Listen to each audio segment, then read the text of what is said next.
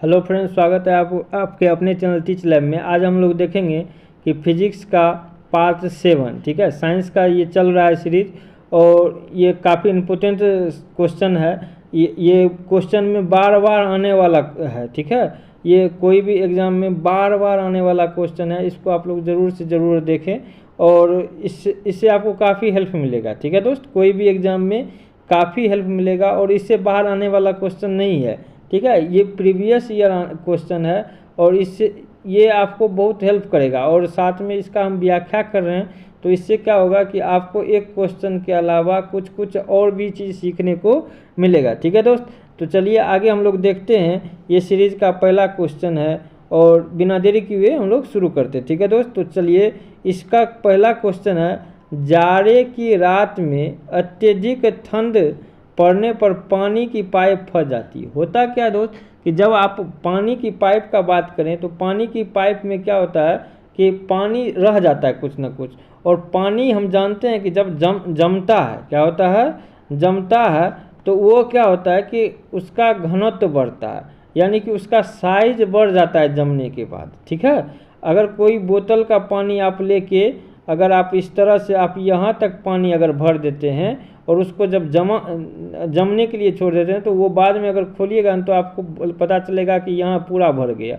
तो इससे क्या पता चलता है? इससे पता चलता है कि पानी जमने पे उसका घनत्व क्या हो जाता है, बढ़ जाता है, ठीक है दोस्त। तो इसके बारे में अगर हम डिटेल से बात करें तो कह सकते हैं कि जाड़े की रातों में अत्यधिक ठंड पड़ने के कारण क्या होता है, पानी की पाइप फंस जाती है। क्योंकि जमने के बाद पानी का जो आयतन होता है ना, आयतन वो बढ़ जाता है और 4 से 3 डिग्री सेल्सियस तक बर्फ जमने की प्रक्रिया के दौरान जल का घनत्व क्या हो जाएगा, घटेगा। और जल का क्या होता है, आयतन में क्या हो जाता है, वृद्धि हो जाता है। तो जैसे ही जल के आयतन में वृद्धि हो जाएगा तो उसके कारण क्या हो जाएगा, उसके कारण पाइप फंस जाता है, ठीक है दोस्त। तो इसका ऑप्शन नंबर क्या हो जाएगा, सी नंबर, क्या हो जाएगा, ऑप्शन नंबर सी, ठीक है दोस्त। चलिए आगे का हम लोग क्वेश्चन देखते हैं। आगे का क्वेश्चन कह रहा है कि पानी से भरी दांत लगी बोतल जमने पर टूट जाती है। अगर आप कोई भी बोतल में पानी भर रहे हैं, ठीक है, और पानी इसको पूरा फुल करके इसको बोतल से बंद कर दिए ढक्कन से, तो वो फंस जाता है। क्यों? क्योंकि ऐसा इसलिए होता है, जमने पे जल का क्या होता है, आयतन बढ़ता है। यानी जितना जगह अभी पानी यहाँ ले रहा है, अगर जमेगा ना तो वो फुल हो जाएगा। तो इससे क्या पता चल रहा है कि पानी जब जमेगा ना तो उसका आयतन बढ़ेगा, जिसके कारण क्या हो जाता है, वो फंस जाता है, ठीक है दोस्त। चलिए आगे हम लोग देखेंगे। आगे का क्वेश्चन कहता है कि जल के आयतन में क्या परिवर्तन होगा, जल के आयतन में क्या परिवर्तन होगा यदि तापमान 9 डिग्री से गिराकर 3 डिग्री सेल्सियस कर दे, यानी 9 डिग्री और थोड़ा ठंडा कर दे। इसका कहने का मतलब ये होता है। तो इसके बारे में कुछ पहले हम लोग जान लेते हैं, बेसिक होता क्या है। जल का घनत्व 4 डिग्री सेल्सियस पे जो होता है ना, 4 डिग्री सेल्सियस पे तापमान पे सबसे अधिक उसका घनत्व रहता है, ठीक है। अतः हम कह सकते हैं कि जल का आयतन सबसे कम होता है। अगर घनत्व बढ़ेगा तो उसका क्या हो जाएगा, आयतन कम होगा, क्योंकि घनत्व का आयतन के व्युत्क्रमानुपाती होता है। घनत्व जो होता है ना दोस्त, घनत्व वो आयतन का क्या होता है, व्युत्क्रमानुपाती होता है। क्या होता है, आयतन के व्युत्क्रमानुपाती होता है। इसीलिए 9 से 4 डिग्री तक जो होता है, घनत्व के बढ़ने के कारण यहाँ पे आयतन क्या होगा, घटेगा। जबकि 4 से 3 डिग्री सेल्सियस, जब 4 से 3 डिग्री सेल्सियस आएगा तो उसके बर्फ जमने की प्रक्रिया के दौरान जल का घनत्व क्या हो जाएगा, घटेगा। और जैसे ही जल का घनत्व घटेगा और जल का आयतन में क्या हो जाएगा, वृद्धि हो जाएगा। जल के आयतन में क्या हो जाएगा, वृद्धि हो जाएगा। तो इससे इसका जो होगा, पहले क्या हो जाएगा, आयतन घटेगा और फिर बाद में बढ़ेगा। तो ऑप्शन नंबर इसका सी नंबर क्या हो जाएगा, सही हो जाएगा, ठीक है दोस्त। चलिए आगे का क्वेश्चन हम लोग देखते हैं। आगे का क्वेश्चन है, एक झील में तैरने वाली इस्पात, कोई झील में तैर रही है इस्पात और की नाव के लिए नाव द्वारा विस्थापित पानी भार, यानी मान के चलिए कोई नाव है, ठीक है, और ये अगर जा रही है तो ये कितना पानी छोड़ेगा, इस भार का जो होता है क्या होता है, नाव के उस भार के बराबर होता है जो झील के पानी के सतह के नीचे है। यानी कि इतना भार के बराबर है जो कि इस नाव के झील के क्या है, बराबर होता है नीचे। तो इसका ऑप्शन नंबर क्या हो जाएगा हमारा, सी नंबर ऑप्शन सही हो जाएगा। ठीक है दोस्त, चलिए आगे का क्वेश्चन हम लोग देखते हैं। 65 नंबर में, किसी कालीन की सफाई के लिए यदि उसे छड़ी से पीटा जाए तो उसमें कौन सा नियम लागू होगा। अच्छा, ऐसा इसलिए करते हैं क्योंकि इस पर अगर चोट पड़ेगा तो क्या होगा, क्रिया के प्रति विपरीत प्रतिक्रिया यहाँ पे वो नहीं होगा। ठीक है, ये क्या होता है, तीसरा नियम होता है। तो जो हम लोग करते हैं ना, तो ये क्या होता है, देखिए कोई भी धूल अगर है, धूल कम्बल पे या कुछ पे जमा हुआ है, वो तब तक नहीं हटेगा जब तक कि उस पर कोई क्या होगा, बाहरी क्रिया नहीं होगा, यानी बाहरी बल नहीं लगेगा। तो इसमें कौन सा नियम हो जाएगा, पहला नियम।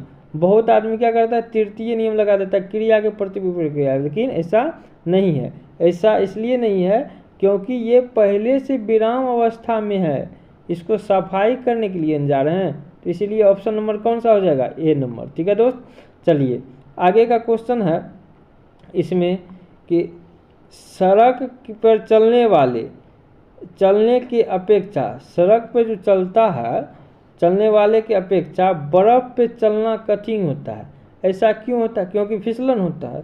क्या होता है, यहाँ पे फिसलन होता है। अब फिसलन क्यों होता है, तो क्योंकि यहाँ पे घर्षण क्या होता है, कम होता है।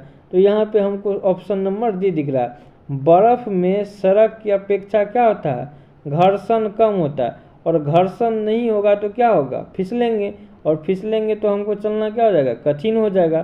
तो इसका ऑप्शन नंबर क्या हो जाएगा हमारा, डी नंबर सही हो जाएगा। ठीक है दोस्त, चलिए आगे हम लोग देखते हैं।